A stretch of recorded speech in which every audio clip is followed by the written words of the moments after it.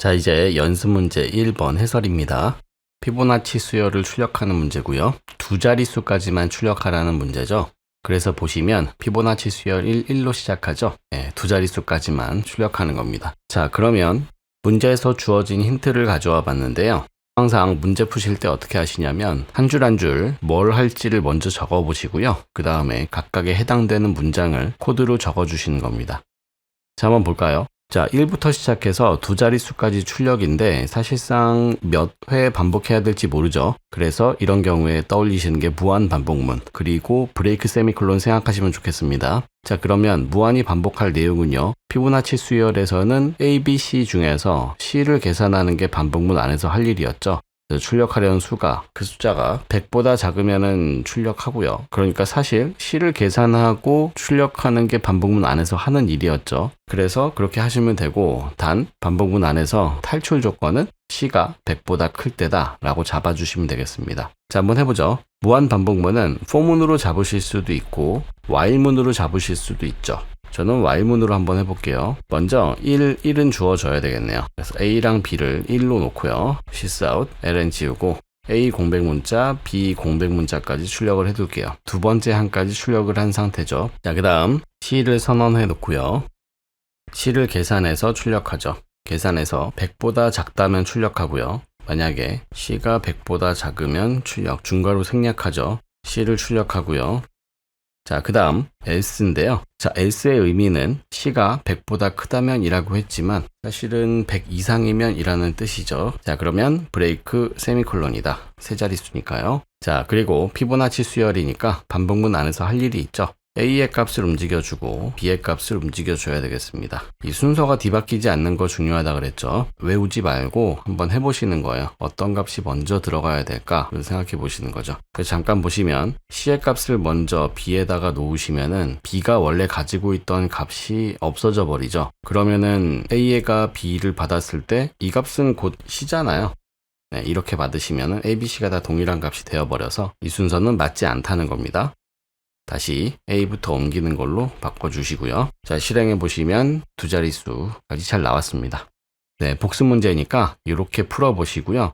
자, 만약에 이 예제를 힌트의 도움을 받아서 푸셨다면 이번에는 완전히 백지 상태에서 다시 한번 풀어보시기 바래요.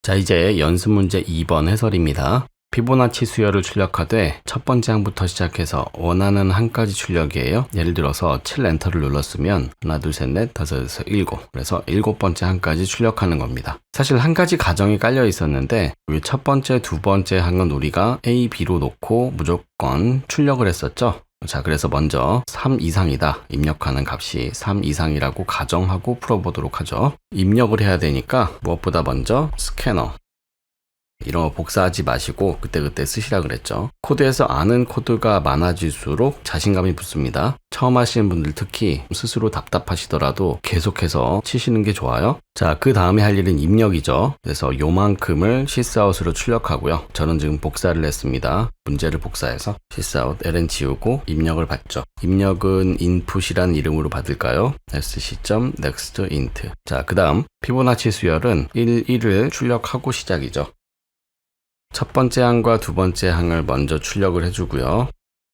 C를 선언하고 저는 for문으로 갈 건데요. 어떻게 하시냐면 int를 1부터 시작하는 게 아니고 3부터 시작할 거예요. 왜냐하면 세 번째 항이란 의미입니다. 세 번째 항부터 시작해서 input 번째 항까지 반복. 자, 이렇게 하시면 되겠죠. 그래서 i는 3부터 시작해서 input까지 반복이 될 거다라는 겁니다. 자, 혹시 이거를 이런 식으로 안 하시고 만약에 1부터 시작했어요. 그러면 input -2까지 이렇게 가셔도 됩니다. 그래서 이렇게 하셨고 이게 불편하지 않으시면 이렇게 하셔도 마찬가지고, 그렇지 않고 지금 저와 함께 처음 해보시는 거면 이런 식으로 작성해 보시면 되겠다라는 거예요. 자, 그러면 C의 값을 먼저 계산을 하고요. C의 값을 출력하면 되겠죠? A와 B의 값을 움직여줍니다. 이렇게 끝났습니다. 실행해 보시면 몇 번째 항까지 출력할까요? 7 엔터 누르면 7항까지 이렇게 출력이 됐죠. 다시 한번 실행해서 이번에는 6 엔터, 6항까지 잘 나왔고요. 다시 한번 실행해서 8번째 항까지 잘 나왔습니다. 하나만 더 해볼게요.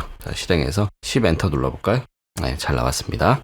자, 그래서 단지 스캐너가 추가됐을 뿐이고요. 그걸 몇 번째 항이다 라고 받아들여서 몇 번째 항까지 출력하는 코드였는데, 사실 복습 문제라고 써놓지는 않았지만 지금까지 공부가 잘 되셨다면 이 정도의 문제는 어렵지 않게 구성하실 수 있어야 됩니다. 그러니까 이 문제를 풀었을 때 쉽게 풀리신 분들은 아주 잘하고 계신 거고, 만약에 이 문제가 어려우셨으면은 진도를 너무 서두르고 계신 게 아닌가라는 생각이 들어요. 네, 그러신 분들은 복습을 조금 더 하시는 게 좋습니다.